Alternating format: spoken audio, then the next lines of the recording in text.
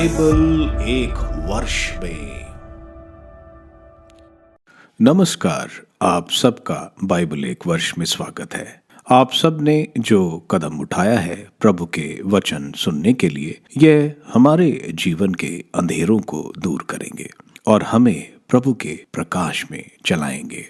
आज हम प्रेरित चरित्र के अध्याय 13, एस्टर के ग्रंथ का अध्याय 5, दूसरे इतिहास ग्रंथ का अध्याय 30 और प्रज्ञा ग्रंथ का अध्याय 18 सुनेंगे।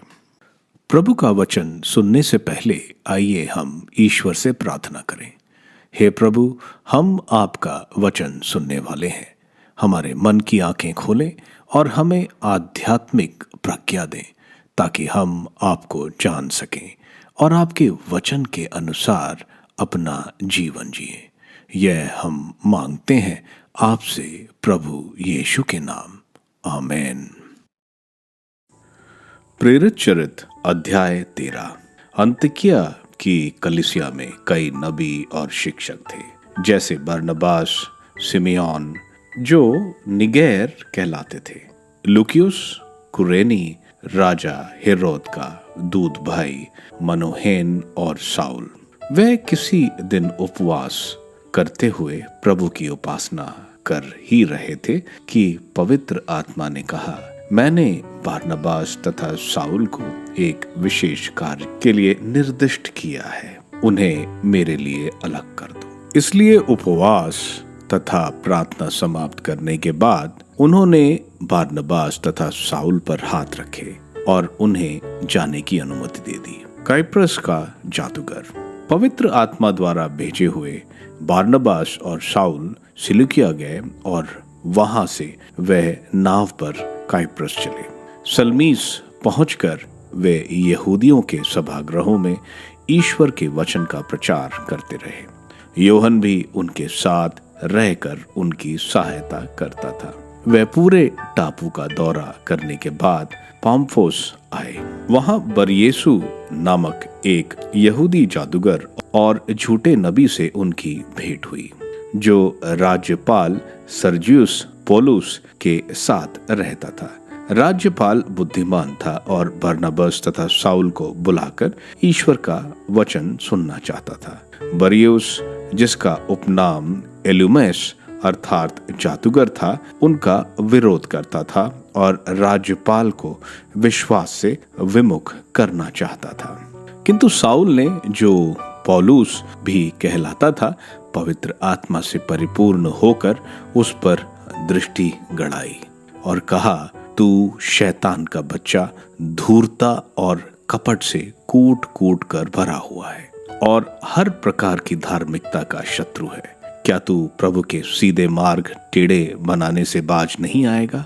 अब देख, प्रभु का हाथ तुझे मार रहा है। तू अंधा होकर कुछ समय तक दिन का प्रकाश नहीं देखेगा। उसी क्षण उस पर एक गहरा अंधेरा छा गया और वह लड़खड़ाते हुए इधर उधर ढूंढने लगा कि कोई हाथ पकड़कर उसे ले चले। यह घटना देखकर और प्रभु की शिक्षा से चकित होकर राज्यपाल ने विश्वास किया। पिसिदिया में पौलुस का आगमन। पौलुस और उसके साथी नाव में चलकर पाम्फोस से पंफुलिया के पेरागे पहुंचे। वहां योहन उन्हें छोड़कर यरूशलेम लौट गया। पौलुस और बरनबास पेरागे से आगे बढ़कर पिसिदिया के अन्तिकिया पहुंचे। वे विश्राम के दिन सभागृह में जाकर बैठ गए। संहिता तथा नबियों का पाठ समाप्त हो जाने पर सभागृह के अधिकारियों ने उन्हें यह कहला भेजा, भाइयों, यदि आप प्रवचन के रूप में जनता से कुछ कहना चाहें तो कहिए। इस पर पौलुस खड़ा हो गया और हाथ से उन्हें चुप रहने का संकेत कर बोला। पौलुस का भाषण। इजरायली भाइयों और ईश्वर भक्त सज्जनों, सुनिए। इजरायली प्रजा के ईश्वर ने हमारे पूर्वजों को चुना, उन्हें मिस्र देश में प्रवास के समय महान बनाया और वह अपने बाहुबल से उन्हें वहां से निकाल लाया। उसने 40 वर्ष तक मरुभूमि में उनकी देखभाल की। इसके बाद उसने कानान देश में 7 राष्ट्रों को नष्ट किया और उनकी भूमि हमारे पूर्वजों के अधिकार में दे दी। लगभग 450 वर्ष बाद वह उनके लिए न्यायकर्ताओं को नियुक्त करने लगा और नबी सैमुअल के समय तक ऐसा करता रहा।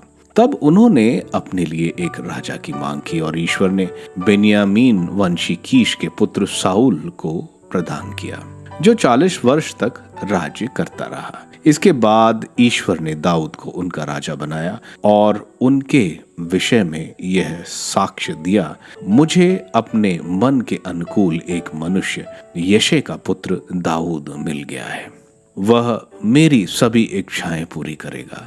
ईश्वर ने अपनी प्रतिज्ञा के अनुसार उन्हीं दाऊद के वंश में इज़राइल के लिए एक मुक्तिदाता अर्थात ईसा को उत्पन्न किया है। उनके आगमन से पहले अग्रदूत योहन ने इज़राइल की सारी प्रजा को पश्चाताप के बपतिस्मा का उपदेश दिया था।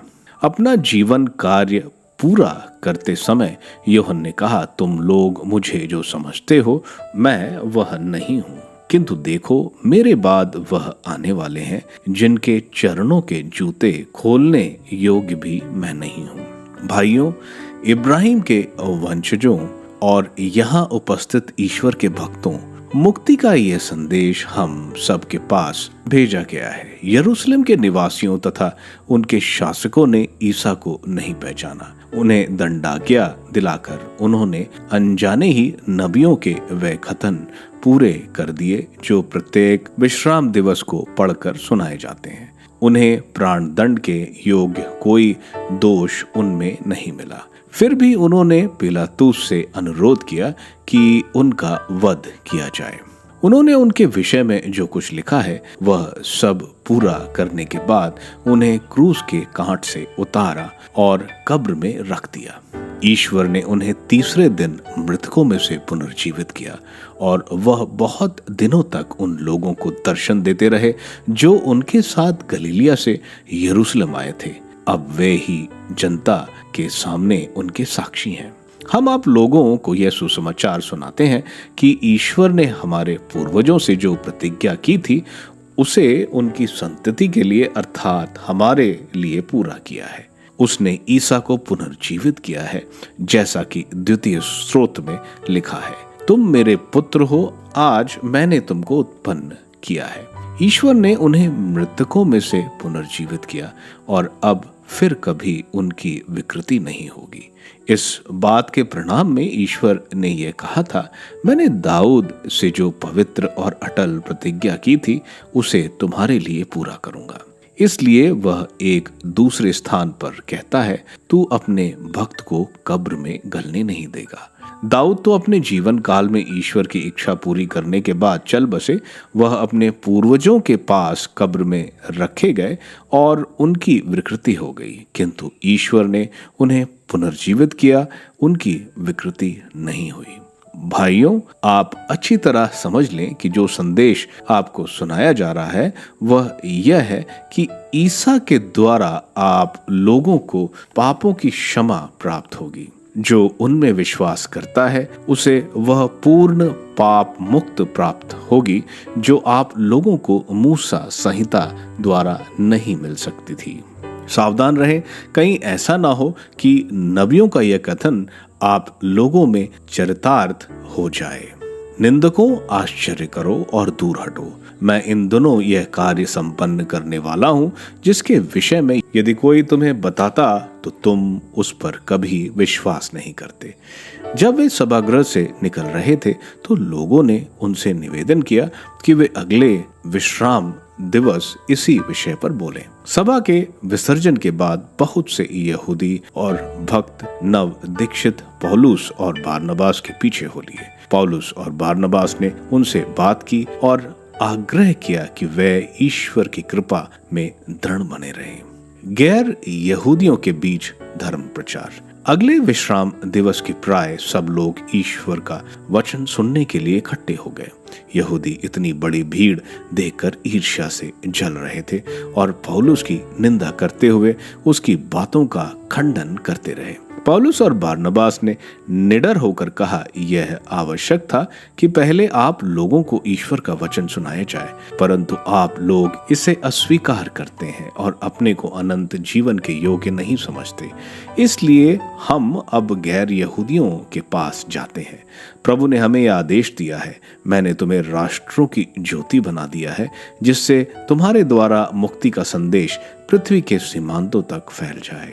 गैर यहूदी यह सुनकर आनंदित हो गए और ईश्वर के वचन की स्तुति करते रहे। जितने लोग अनंत जीवन के लिए चुने गए थे, उन्होंने विश्वास किया और सारे प्रदेश में प्रभु का वचन फैल गया। किंतु यहूदियों ने प्रतिष्ठित भक्त, महिलाएं तथा नगर के नेताओं को उभाड़ा, पौलुस तथा बारनबास के विरुद्ध उपद्रव खड़ा कर दिया और उन्हें अपने इलाके से निकाल दिया। पौलुस और बारनबास उन्हें चेतावनी देने के लिए अपने पैरों की धूल झाड़कर आइकोनियम चले गए। शिष्य आनंद और पवित्र आत्मा से परिपूर्ण थे।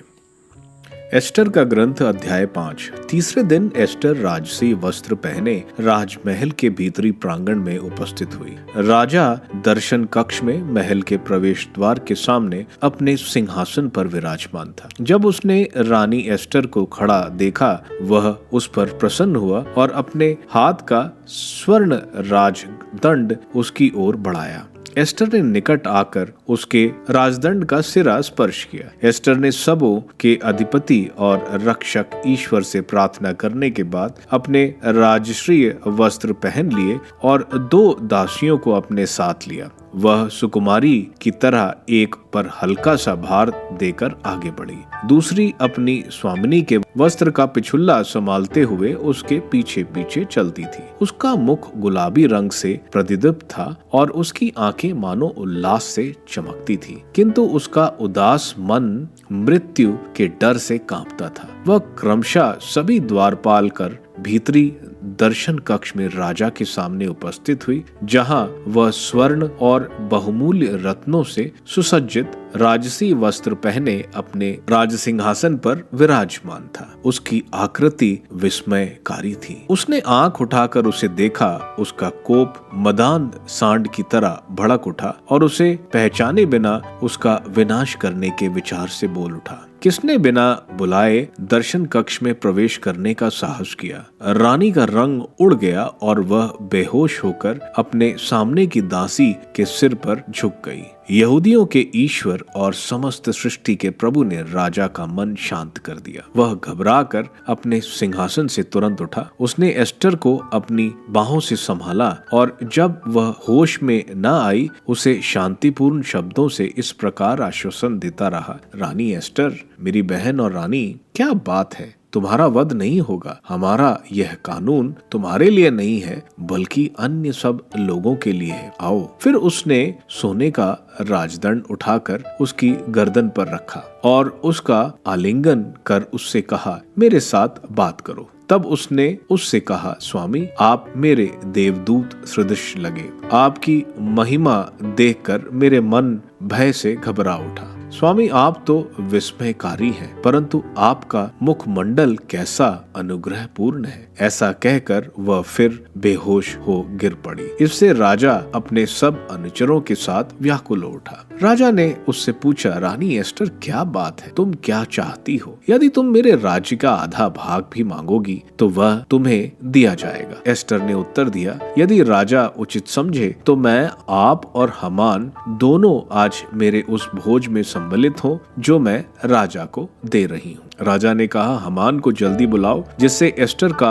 मन रखा जाए। राजा और हामान एस्टर द्वारा दिए हुए भोज में सम्मिलित हुए। राजा ने अंगूरी पीने के बाद एस्टर से कहा, बोलो, तुम क्या चाहती हो? वह तुमको दिया जाएगा। तुम्हारा क्या निवेदन है? यदि तुम मेरे राज का आधा भाग भी मांगोगी तो वह तुमको मिलेगा। इस पर एस्टर बोली, मेरा निवेदन और प्रार्थना ये है, यदि मुझे राजा की कृपा दृष्टि प्राप्त है और राजा मेरे निवेदन स्वीकार करें और मेरी प्रार्थना पूरी करें तो राजा और हामान कल भी उस भोज में सम्मिलित हों जो मैं उन्हें दूंगी। मैं कल राजा के प्रश्न का उत्तर दूंगी। मुर्दकाई के प्रति हामान का द्वेष भाव। हामान उस दिन आनंदित और प्रसन्नचित्त वहां से चला गया। उसने मुर्दकाई को राजा के द्वार पर बैठा देखा, किंतु मुर्दकाई उसे देखकर खड़ा नहीं हुआ और उसकी कोई परवाह नहीं की। इस पर हामान को बड़ा क्रोध आया, किंतु उसने अपना भाव प्रकट नहीं होने दिया। घर पहुंचने पर उसने अपने मित्रों और अपनी पत्नी जेरस को बुलाया और उनके सामने अपने वैभव का वर्णन किया, अपने बहुसंख्यक पुत्रों की चर्चा की और यह बताया कि राजा ने उसे अन्य प्रशासकों और अनुचरों की अपेक्षा कितना अधिक महिमा प्रदान की। हामान ने यह भी कहा, रानी एस्टर ने अपने भोज में राजा के सिवा केवल मुझे बुलाया और मैं कल भी उनके यहाँ राजा के साथ भोजन करूंगा। परंतु जब मैं उस यहूदी मुर्दकाई को राजा के द्वार पर बैठा देखता हूँ तो यह सब मुझको फीका लगने लगता है। इस पर उसकी पत्नी जरेश और उसके अन्य मित्रों ने उससे कहा, 50 हाथ ऊंचा फांसी का तख्ता तैयार करने का आदेश दें और प्रातः राजा से कहें कि उस पर मुर्दकाई लटका दिया जाए। इसके बाद राजा के साथ सहर्ष भोजन करने चले जाएं। यह विचार हामान को अच्छा लगा और उसने फांसी का तख्ता तैयार करने का आदेश दिया। दूसरा इतिहास ग्रंथ अध्याय 30 पास्का पर्व।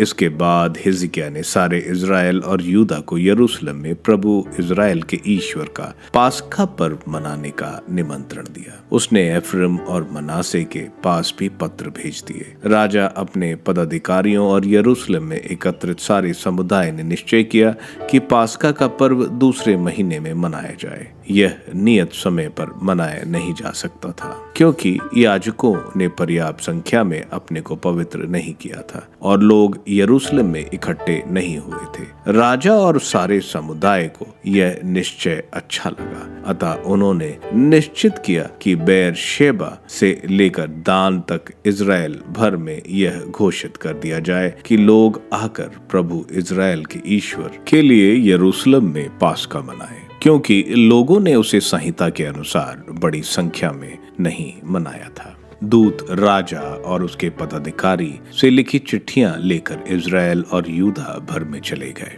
राजा की आज्ञा इस प्रकार थी, इज़राइलियों, तुम प्रभु इब्राहिम, इसहाक और इज़राइल के ईश्वर की ओर लौट आओ और वह तुम्हारे पास लौटेगा जो असूर के राजाओं के हाथों से बच गए हो। तुम अपने पूर्वजों और भाइयों जैसे मत बनो, जिन्होंने प्रभु अपने पूर्वजों के ईश्वर के साथ विश्वासघात किया और प्रभु ने उन्हें नष्ट हो जाने दिया, जैसा कि तुम देखते हो। अब तुम अपने पूर्वजों जैसे हठी बने मत रहो। प्रभु की ओर अपने हाथ उठाओ, उसके मंदिर आ जाओ जिसे उसने सदा के लिए पवित्र किया है। प्रभु अपने ईश्वर की सेवा करो, जिससे उसकी क्रोधाग्नि तुमसे दूर हो जाए। यदि तुम प्रभु के पास लौटोगे तो तुम्हारे भाई और पुत्र उन लोगों की दृष्टि में कृपा पात्र बनेंगे जिन्होंने उनको बंदी बनाया है, और वे लौटकर इस देश में आ सकेंगे, क्योंकि प्रभु तुम्हारा ईश्वर कृपालु और करुणामय है। यदि तुम उसकी ओर अभिमुख हो जाओगे तो वह अपना मुंह तुमसे नहीं मोड़ेगा।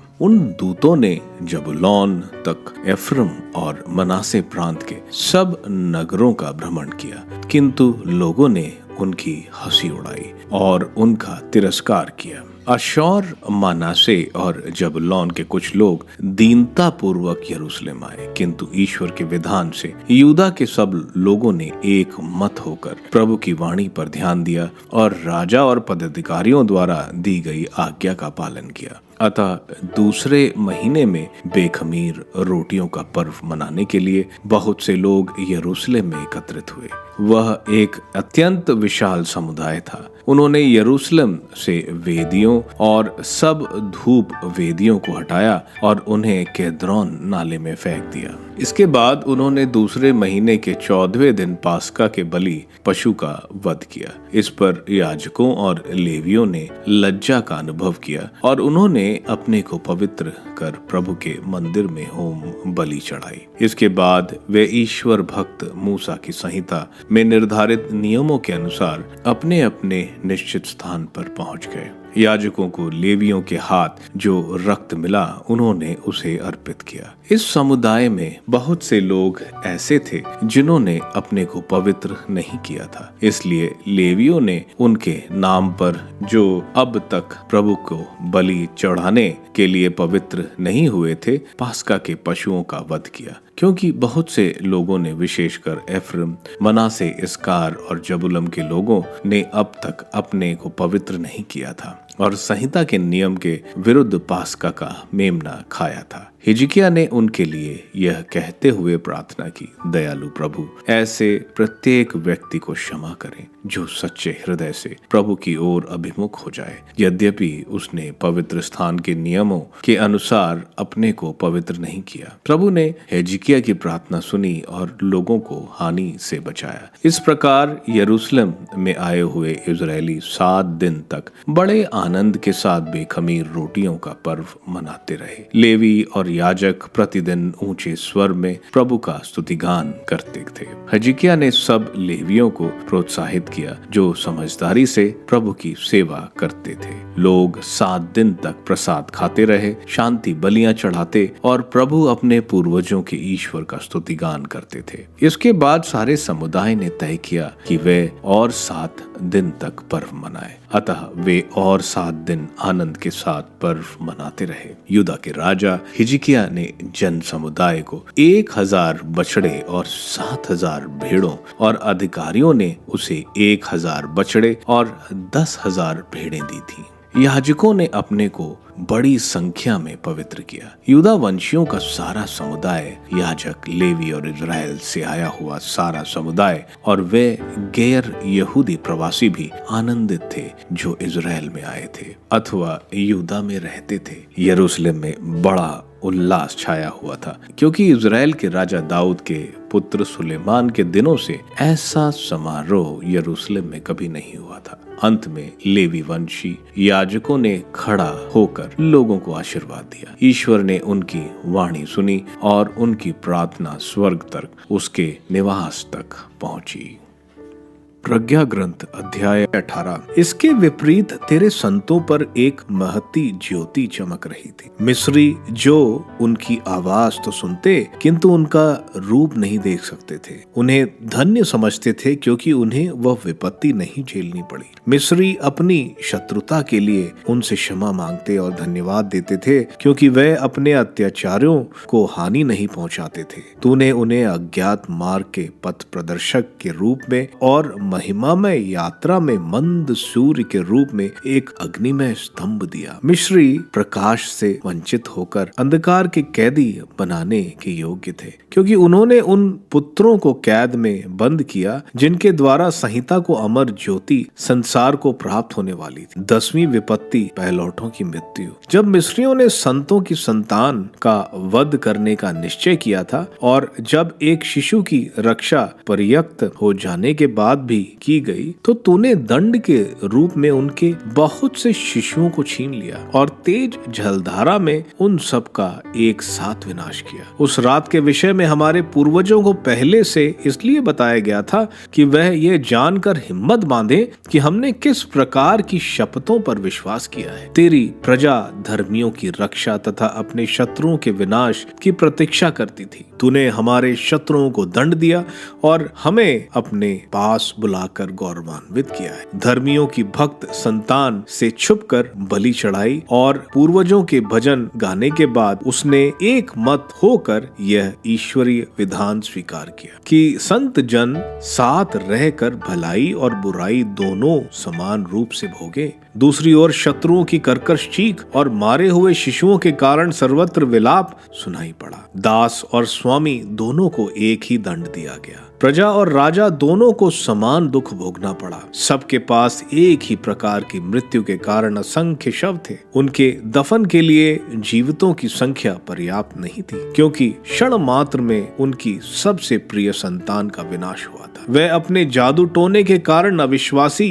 बने रहते थे, किंतु अपने पहलौठे का विनाश देखकर उन्हें स्वीकार किया। उन्होंने स्वीकार किया कि यह प्रजा ईश्वर की संतान है। जब सारी पृथ्वी पर गहरा सन्नाटा छाया हुआ था और रात्रि तीव्र गति से आधी बीत चुकी थी, तब तेरा सर्वशक्तिमान वचन तेरे अपरिवर्तनीय निर्णय की तलवार लेकर स्वर्ग में तेरे राजकीय सिंहासन पर से एक दुर्गम योद्धा की तरह उस अभिशप्त देश में कूद पड़ा। वह उठ खड़ा हुआ और उसने सर्वत्र मृत्यु का आतंक फैला दिया। उसका सिर आकाश को छू रहा था और उसके पैर पृथ्वी पर थे। भयानक दृश्यों ने उसे भयभीत किया और उन पर अचानक आतंक छा गया। वे इधर उधर अधमरे गिरे पड़े और उन्होंने अपनी मृत्यु का कारण प्रकट किया। जिन दृश्यों ने उन्हें भयभीत किया, उनसे उन्हें यह पता चला जिससे अपनी विपत्ति का कारण जानने बिना उनकी मृत्यु न हो। हारून का हस्तक्षेप। धर्मियों को भी मृत्यु द्वारा परीक्षा की गई। उजाड़खंड में बहुतों की मृत्यु हो गई, किंतु क्रोध बहुत समय तक नहीं बना रहा। एक अनिद्ध व्यक्ति ने शीघ्र ही उनकी रक्षा की। वह अपनी धर्म सेवा के शस्त्रों से अर्थात प्रार्थना और प्रायश्चित बलि की धूप से सुसज्जित था। उसने क्रोध का सामना किया, विपत्ति को समाप्त किया और अपने को तेरा सेवक प्रमाणित किया। वह शारीरिक बल या शास्त्रों की सहायता से विपत्ति पर विजयी नहीं हुआ, बल्कि उसने अपने शब्द द्वारा दंड देने वाले को पराजित किया। उसने हमारे पूर्वजों को शपथ खाकर दी हुई प्रतिज्ञाओं और उनके लिए ठहराए हुए विधानों का स्मरण दिलाया। जब शवों के ढेर पड़े थे तो उसने बीच में खड़ा होकर आक्रमण रोक दिया और जीवितों की ओर जाने वाले मार्ग अवरुद्ध किए, क्योंकि जो एफोद वह पहने था उस पर समस्त विश्व का प्रतीक था। मणियों की 4 पंक्तियों में पूर्वजों के महिमा में नाम अंकित थे और उनके सिर के किरीट पर तेरी महिमा विद्यमान। यह देखकर विनाशक डर कर हट गया। इस प्रकार क्रोध का प्रदर्शन पर्याप्त था। प्रेरित चरित्र के अध्याय 13 में हम देखते हैं कलीसिया का नेतृत्व नबी शिक्षक कलीसिया को सिखाने और बढ़ाने का काम कर रहे थे। अलग अलग श्रेय के लोग इसमें शामिल थे। प्रार्थना में इनमें पवित्र आत्मा की आवाज किसी एक को सुनाई पड़ी, जिसने घोषणा करी कि पवित्र आत्मा चाहते हैं कि संत बारनबास और सौल को अलग किया जाए। संत बारनबास और सौल लोगों द्वारा प्रार्थना करने के बाद वे साइप्रस, जो एक टापू प्रदेश है, वहां गए। उनके साथ संत मार्कुस भी थे। वहां उनको, जो उस इलाके का प्रो काउंसिल था, जो रोमन सेनेट की ओर से इस प्रदेश का देख रेख कर रहा था, वो सुसमाचार से प्रभावित हुए। लेकिन एक यहूदी जिसका नाम बार जीसस था, जो एक जादूगर भी था, वह उनको इससे दूर कर रहा था। इस पर संत पौलुस, यहाँ उनको पहली बार बोला जा रहा है, जो रोमन नाम है, इसका मतलब है छोटा या विनम्र। वे पवित्र आत्मा से परिपूर्ण होकर इस यहूदी जादूगर को अंधा कर देते हैं। यह चमत्कार देखकर वो रोमन प्रो काउंसलर प्रभु यीशु को स्वीकार करता है और क्रिस्तीय बन जाता है। आगे वे एंटियोक, जो पिस्टिया में था, वहां गए। प्रथा के अनुसार वे यहूदी प्रार्थना स्थल सिनागोग में गए। सिनागोग में ग्रंथ के पाठ के बाद अगर कोई बाहर से राबी आते हैं तो उनको बुलाया जाता है ईश वचन सुनाने को। संत पौलुस यहूदी को, जो अन्य जातियों के लोग जो यहूदी धर्म को मानते थे लेकिन वे यहूदी बने नहीं थे, उनको यहूदियों का इतिहास बताते हैं। यहूदी अपने इतिहास से बहुत जुड़े हुए हैं, इसलिए कुछ भी समझने के लिए उनको इतिहास बताना पड़ता है।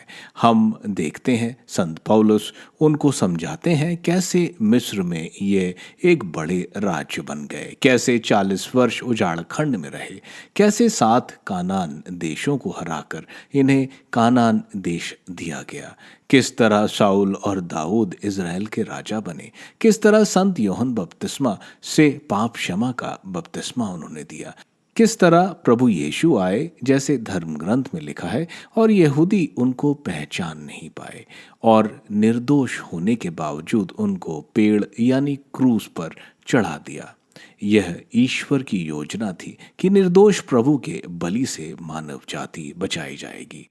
ईश्वर ने प्रभु को 3 दिन बाद फिर जीवित कर दिया और जीवित प्रभु यीशु को बहुत लोगों ने देखा। स्रोत ग्रंथ में दाऊद बोलते हैं कि ईश्वर अपने अभिषिक्त को कब्र में नहीं रहने दें।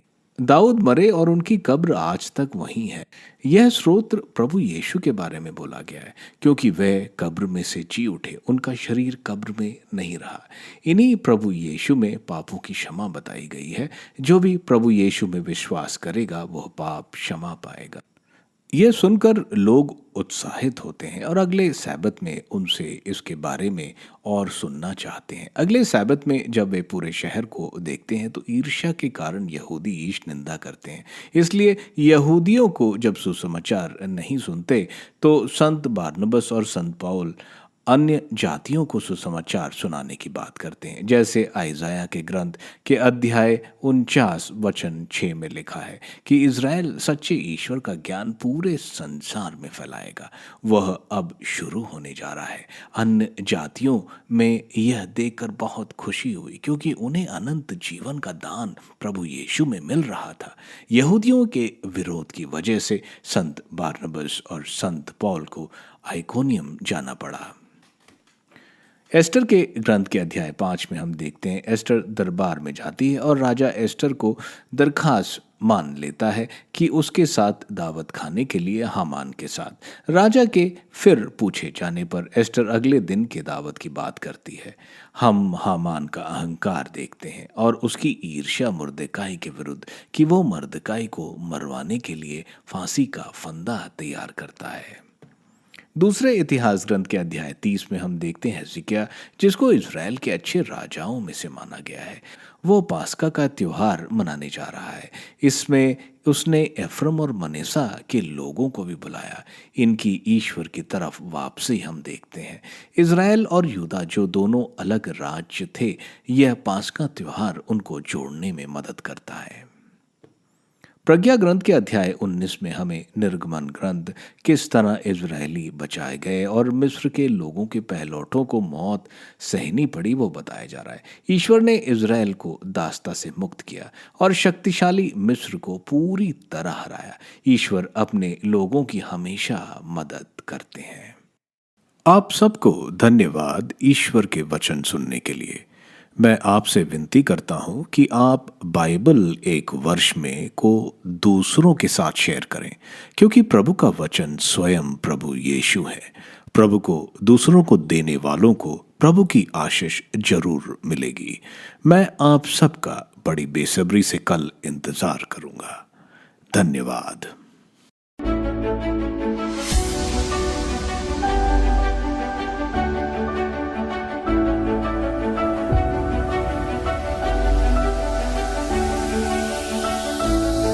बाइबल एक वर्ष में